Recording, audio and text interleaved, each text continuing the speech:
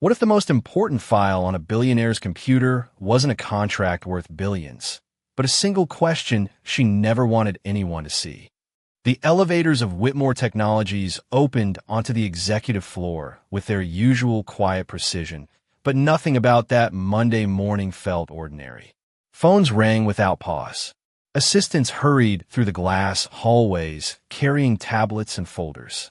The giant digital clock above the reception desk counted down to 9 o'clock, the hour when Claire Whitmore, the youngest billionaire CEO in Silicon Valley, was scheduled to finalize the largest merger in her company's history. Every second mattered. Every document mattered.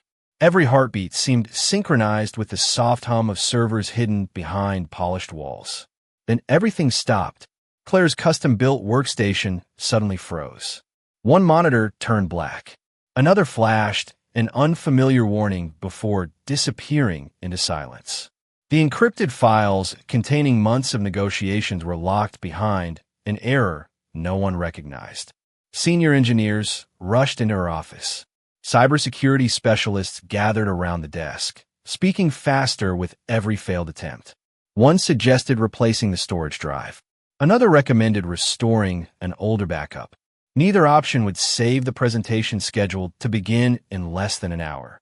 Anxiety spread quietly through the executive suite, not because anyone feared losing money, but because no one had ever seen Claire Whitmore lose control of a situation.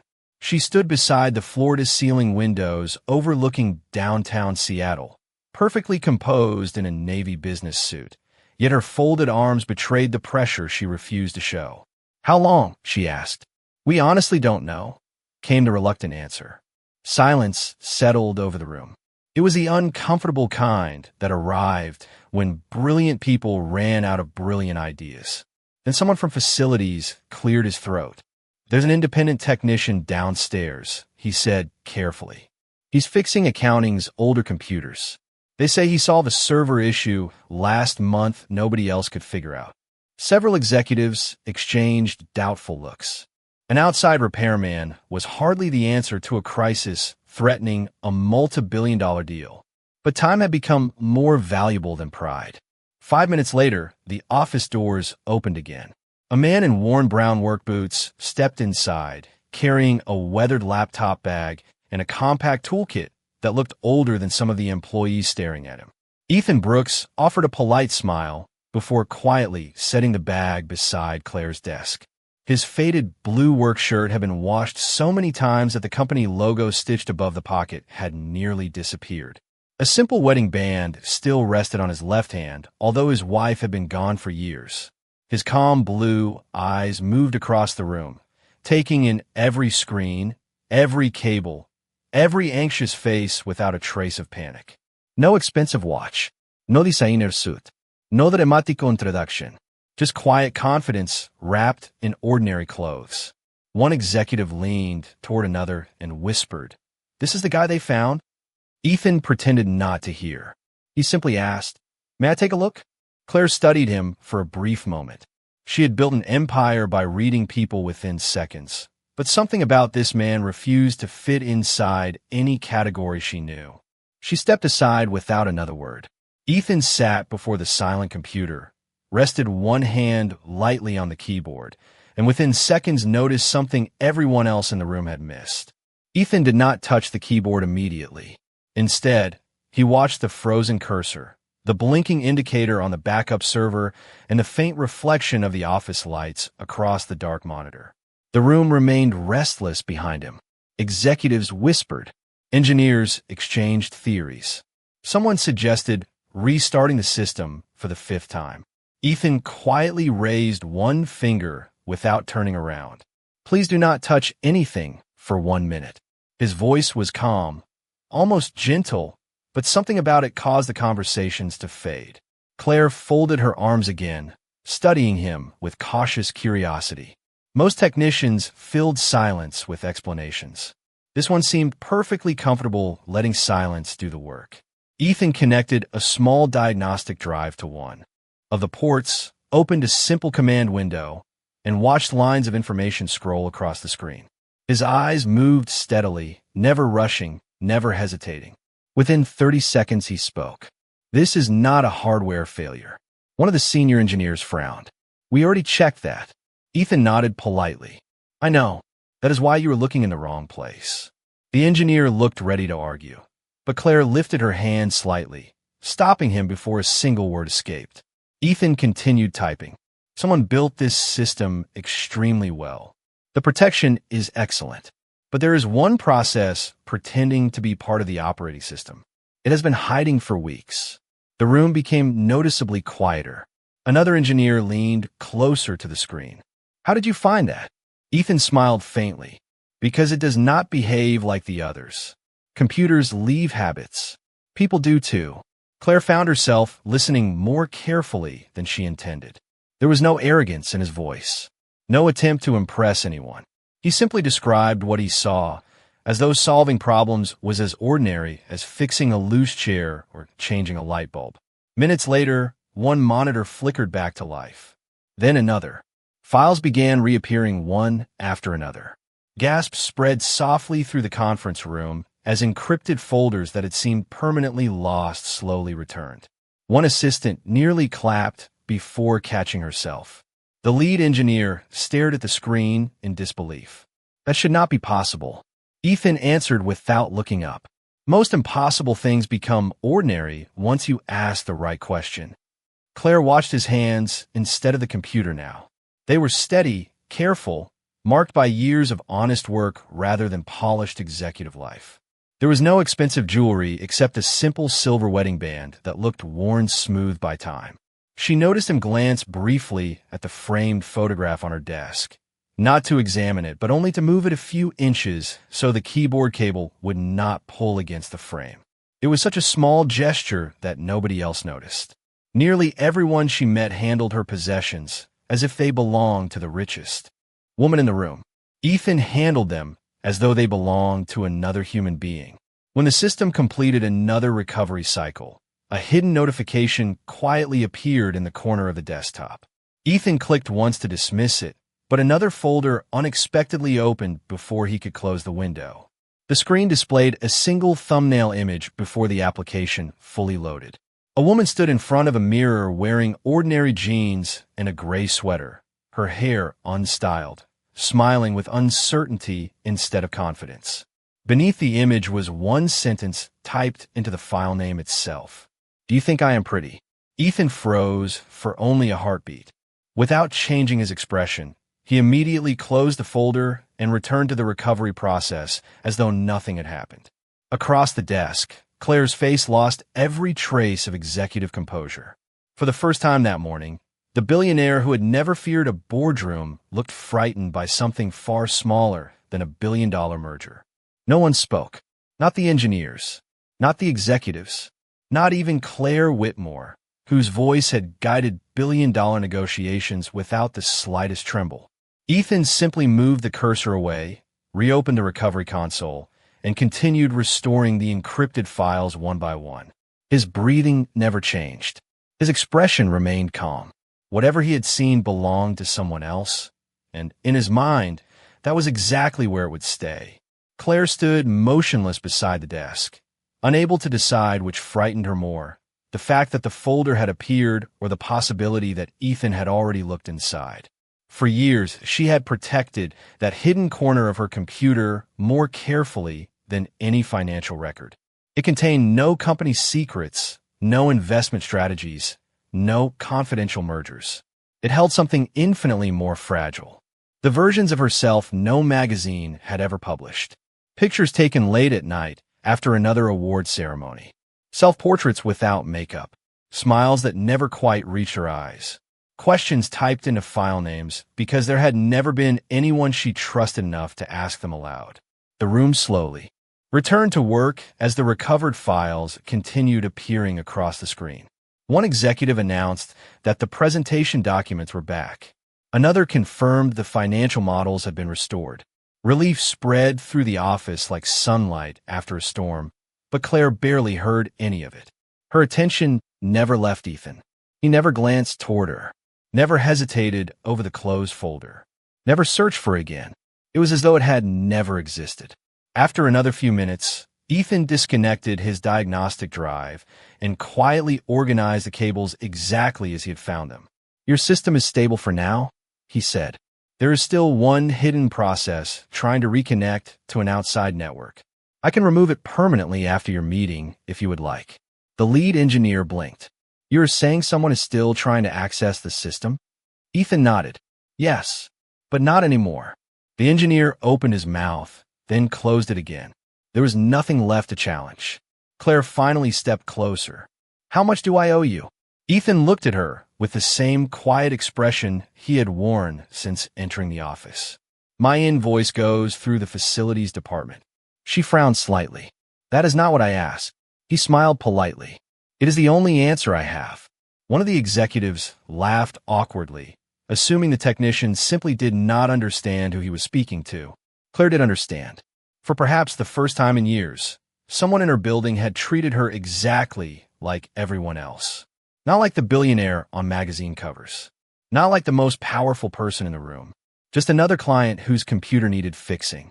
Ethan packed the last cable into his worn laptop bag before gently sliding the framed photograph back into its original place on her desk. He aligned it perfectly with the edge of the wood, as though restoring something small but important. Then he stood. "Everything is where it belongs," he said softly. The words lingered in Claire's mind long after he finished speaking. She wondered whether he meant the computer or something else entirely. As Ethan reached the office door, Claire surprised herself by speaking before she could stop the words. "Mr. Brooks." He turned. "Did you?" She stopped. Every executive in the room looked between them without understanding the question she could not finish. Ethan waited patiently, giving her every opportunity to continue. Instead, she lowered her eyes for the first time that morning. "Never mind," she whispered. Ethan gave a respectful nod. "Have a successful meeting, Ms. Whitmore." Then he walked out of the executive office with the same quiet footsteps he had entered with, leaving behind a fully restored computer, an entire leadership team filled with questions, and one woman who suddenly realized the person she feared most was not the stranger who had seen a single photograph, but the stranger who had chosen to pretend he never had. The merger presentation ended with applause that echoed through the executive boardroom, yet Claire heard almost none of it. Investors congratulated her. Attorneys shook hands across the polished conference table. Reporters waiting outside celebrated another remarkable victory for Whitmore Technologies. By every measurable standard, the day had been a triumph. But as the final guest left and the heavy conference room doors closed behind them, her thoughts returned to a worn laptop bag and a pair of calm blue eyes that had quietly walked away without asking for recognition. She returned to her office and closed the blinds, letting the afternoon sunlight soften into muted gold across the hardwood floor. The restored computer sat exactly where Ethan had left it. Every file had been recovered. Every spreadsheet opened without hesitation. Every encrypted folder functioned perfectly. Even a family photograph on her desk rested at the precise angle it had before the system failure. It was almost unsettling. Most people left traces behind. Ethan had repaired everything while leaving nothing of himself except unanswered questions. Claire slowly opened the hidden folder again. The first photograph appeared exactly as before. Then another. Then dozens more. Images from hotel rooms after award ceremonies. Airport lounges between business trips. Quiet evenings inside a luxury penthouse that somehow never felt like home. Under each picture, she found short questions she had typed over the years instead of saying them aloud. Do I look confident enough? Does this smile seem real? Why does success still feel lonely? Do you think I am pretty? She closed the folder almost immediately, embarrassed even though no one else was in the room. The silence around her suddenly felt different. Not accusing, not threatening, gentle. She realized Ethan had been given the easiest opportunity imaginable to betray her privacy. One photograph copied onto a phone could have become tomorrow's headlines. One careless comment in the hallway could have spread through the company before sunset. Yet nothing had happened, not even a curious glance after the folder disappeared. Her executive assistant, Melissa, knocked softly before entering. The facilities manager wanted to know if the technician should return tomorrow to complete the security cleanup. Claire looked up almost too quickly. Yes. Then she paused. Actually, what do we know about him? Melissa checked her tablet. Very little. Ethan Brooks, independent contractor. Mostly repairs schools, libraries, churches, and small businesses. Excellent references. Everyone says the same thing. Claire raised an eyebrow. Which is? Melissa smiled. That he fixes what is broken and never makes people feel embarrassed about needing help. Those words settled quietly into Claire's heart. She dismissed Melissa and remained alone once again. Outside her office window, hundreds of employees moved between buildings carrying laptops, coffee cups, and conversations about quarterly goals. Down on the street below, Ethan was already loading his toolbox into an aging pickup truck. She could barely make out the little girl waiting beside the passenger door. The child ran toward him carrying a backpack decorated with bright yellow stars.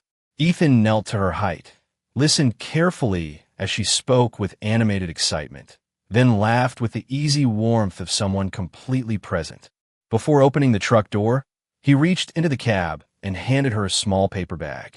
She peeked inside, smiled from ear to ear, and hugged him without hesitation. Claire watched the simple moment longer than she intended.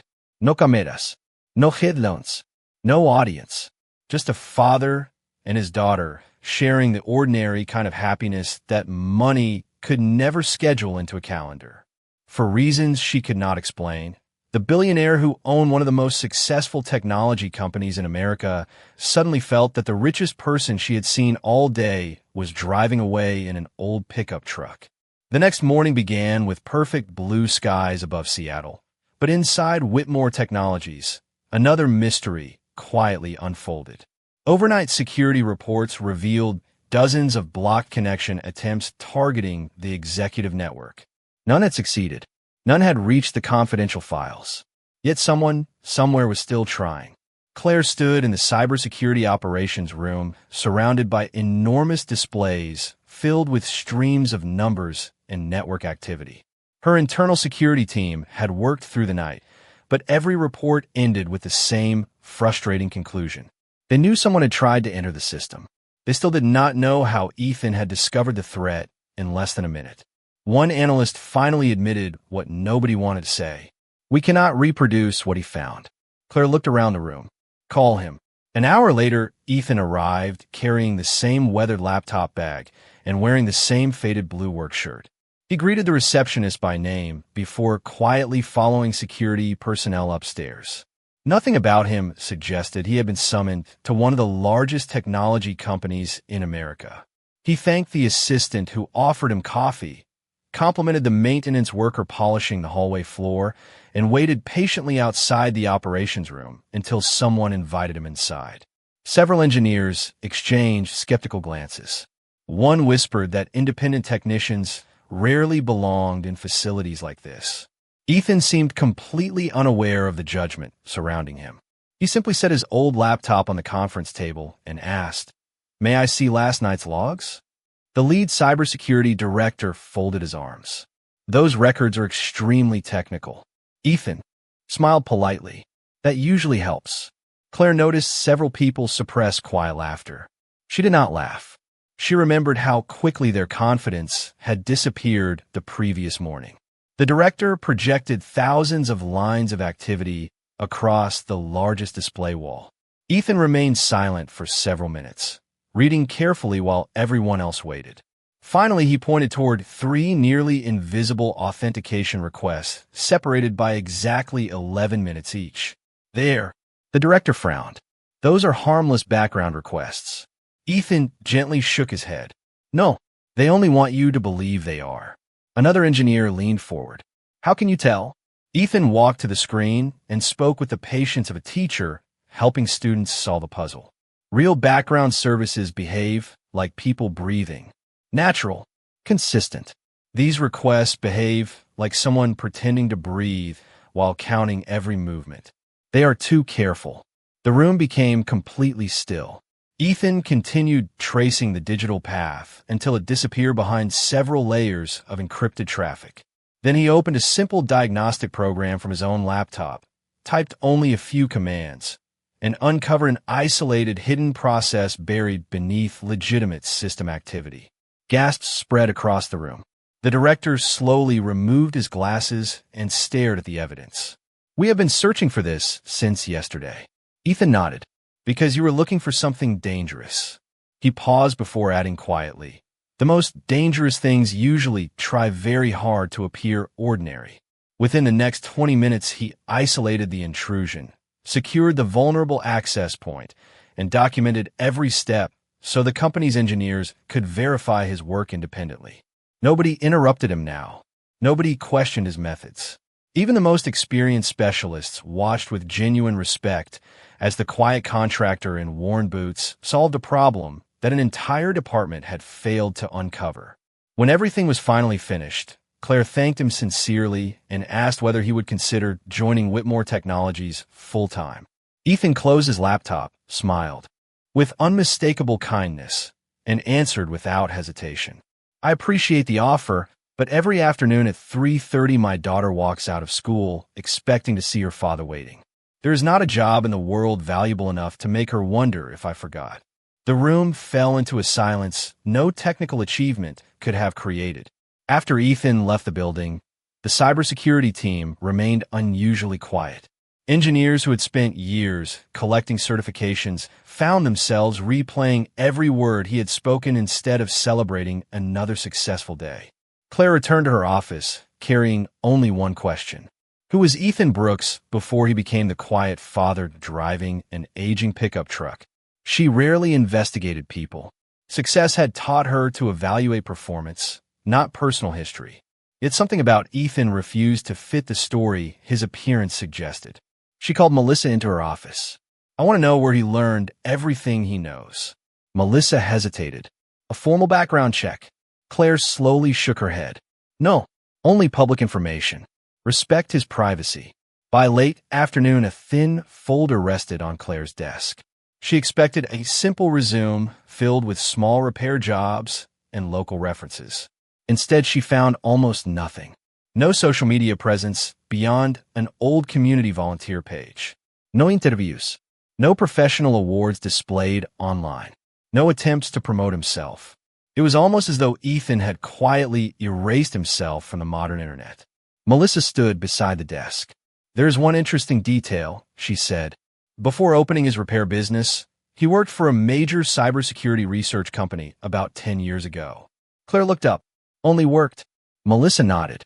"According to archive business records, he was one of their lead security architects." Claire stared at the page in disbelief. That position required extraordinary talent. Why would someone leave a career like that? Melissa handed her another document. His wife passed away after a long illness. He resigned 3 weeks later. The office became silent again. Claire continued reading. Former colleagues described Ethan with nearly identical words. Brilliant, patient, honest, impossible to impress because he never cared about recognition. One former executive wrote that Ethan had turned down multiple executive promotions because they would have taken him away from his family. Another recalled that he often stayed late helping junior employees without telling management. There are no stories about dramatic achievements or public awards. Instead, there were quiet accounts of kindness that nobody had expected to become important years later. Claire closed the folder and walked toward the window overlooking the city. Thousands of people hurried along the sidewalks below, each carrying invisible stories the world would never notice.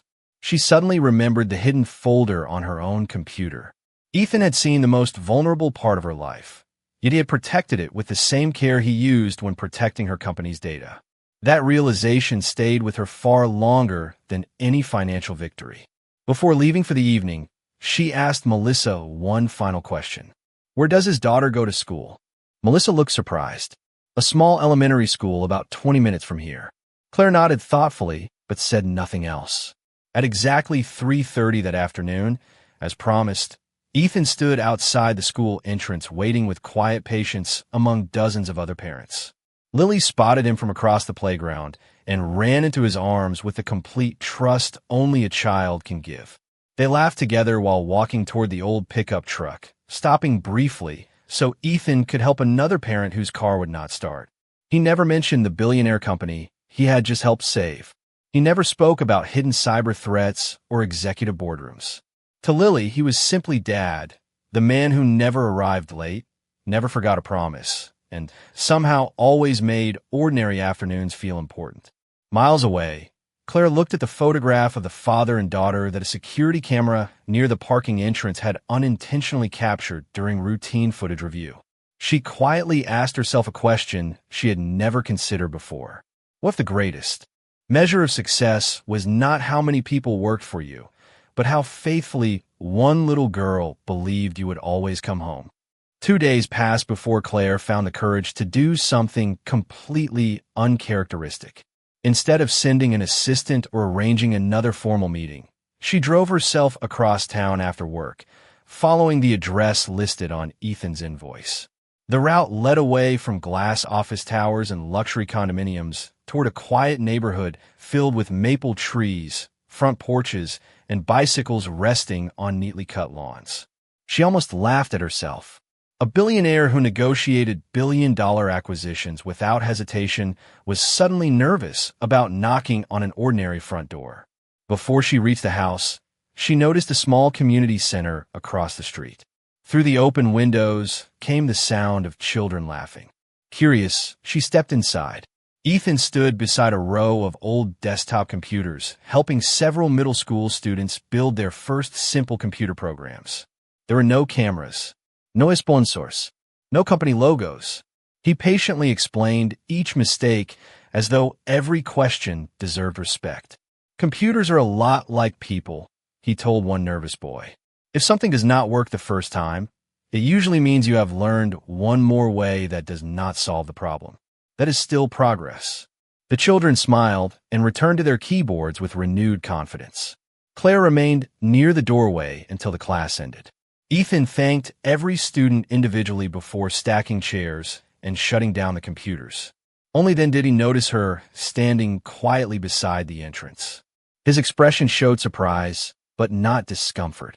"Ms. Whitmore," he said warmly. "Everything is working well, I hope." Claire nodded. Better than ever.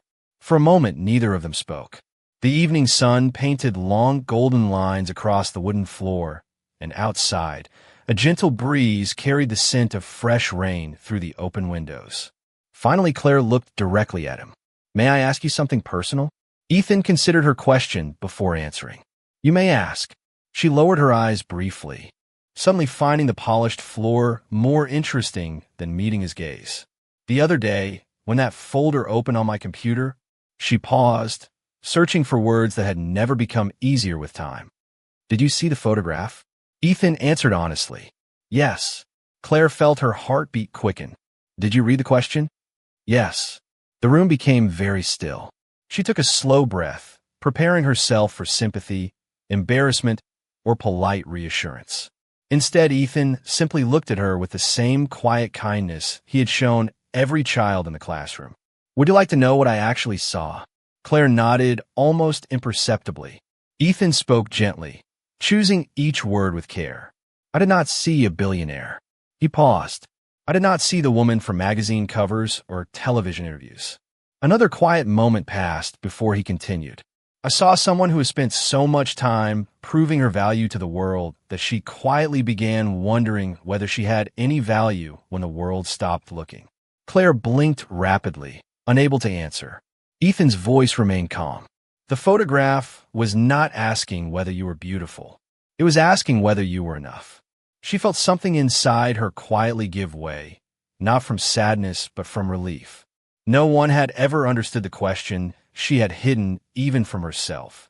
Ethan smiled gently without taking a single step closer. "For what it is worth, I think the strongest thing you did was save that picture instead of deleting it.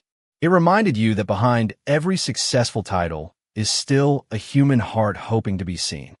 For the first time in many years, Claire found herself unable to speak because the only person who had truly understood her secret was the one man who had never asked for anything in return. The conversation stayed with Claire long after she drove home that evening. She found herself replaying Ethan's words instead of reviewing quarterly reports or preparing for investor meetings. For years, she had measured every day by numbers, deadlines, and accomplishments. Yet none of those things had quieted the loneliness hidden behind the question she had stored inside that private folder. One Saturday morning, without scheduling a meeting or informing her staff, she stopped by the neighborhood farmers market near Ethan's community center. She wore a simple sweater, blue jeans, and a baseball cap that allowed her to blend into the weekend crowd. Fresh flowers, homemade bread, and local musicians filled the streets with an easy rhythm she had almost forgotten existed. She noticed Ethan standing beside Lily at a small produce stand, carefully comparing apples while his daughter enthusiastically explained why the red ones were always sweeter. Ethan smiled and listened as though her opinion carried the same importance as a board member presenting a billion-dollar proposal. When Lily spotted Claire, her face brightened immediately. "Dad, that is the computer lady." Ethan turned with a warm smile that carried no surprise and no awkwardness.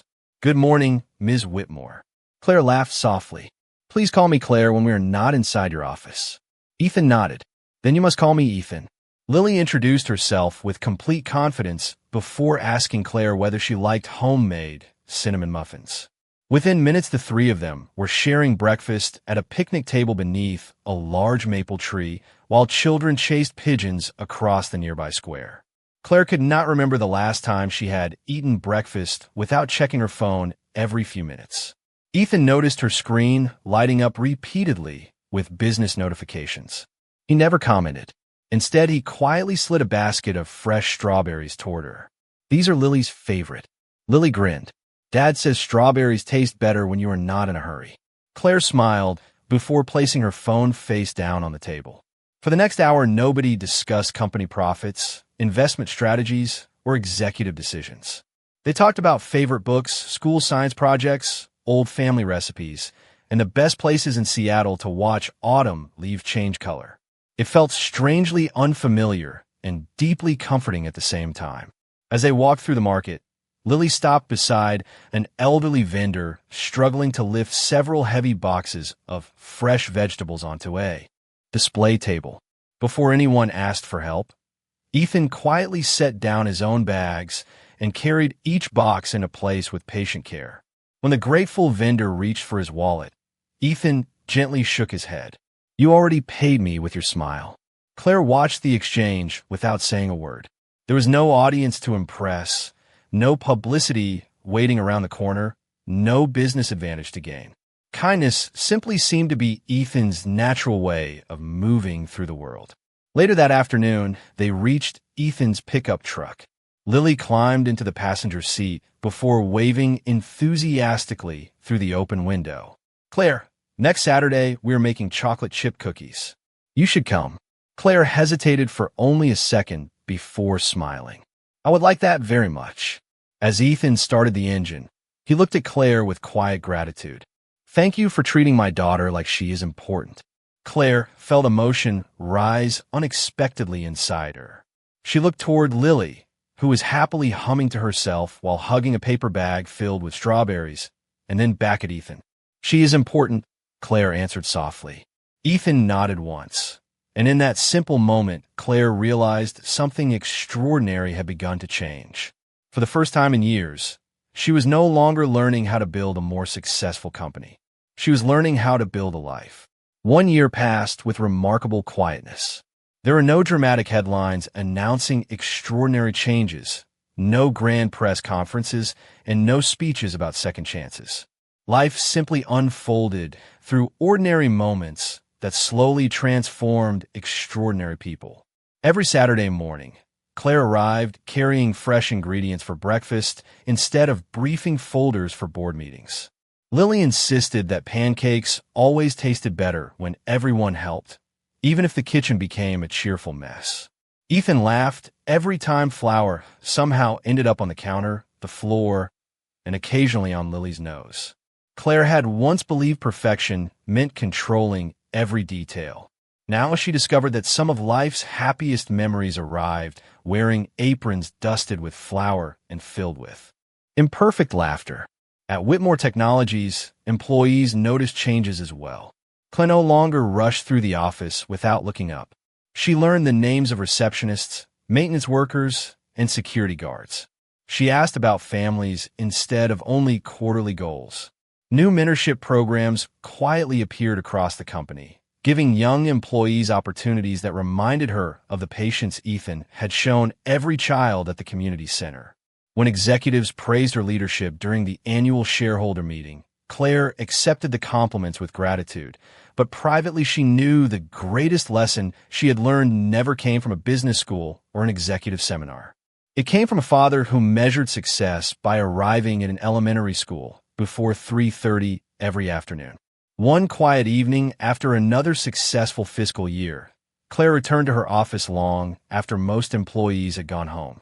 The city lights shimmered beyond the windows exactly as they had on the day Ethan first repaired her computer. She opened the laptop that had silently changed the direction of her life. The familiar hidden folder was still there.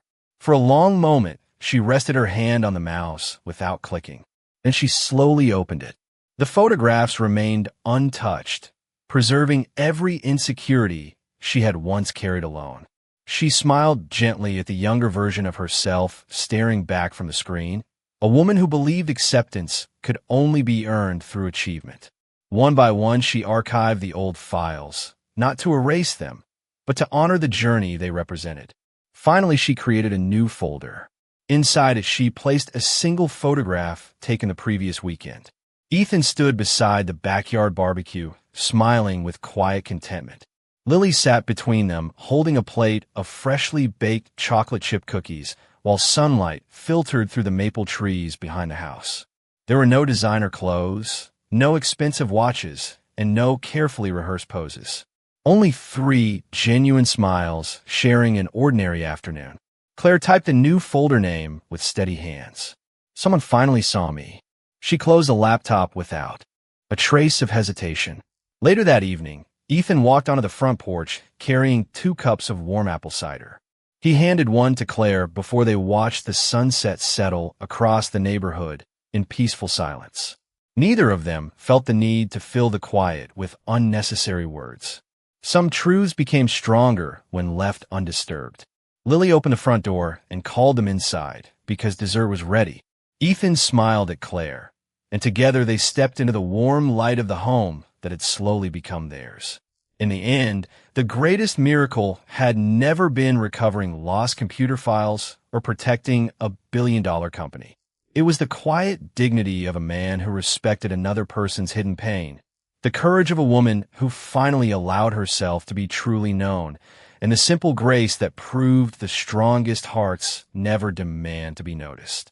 They simply love with consistency until one day the whole world becomes beautifully, peacefully silent,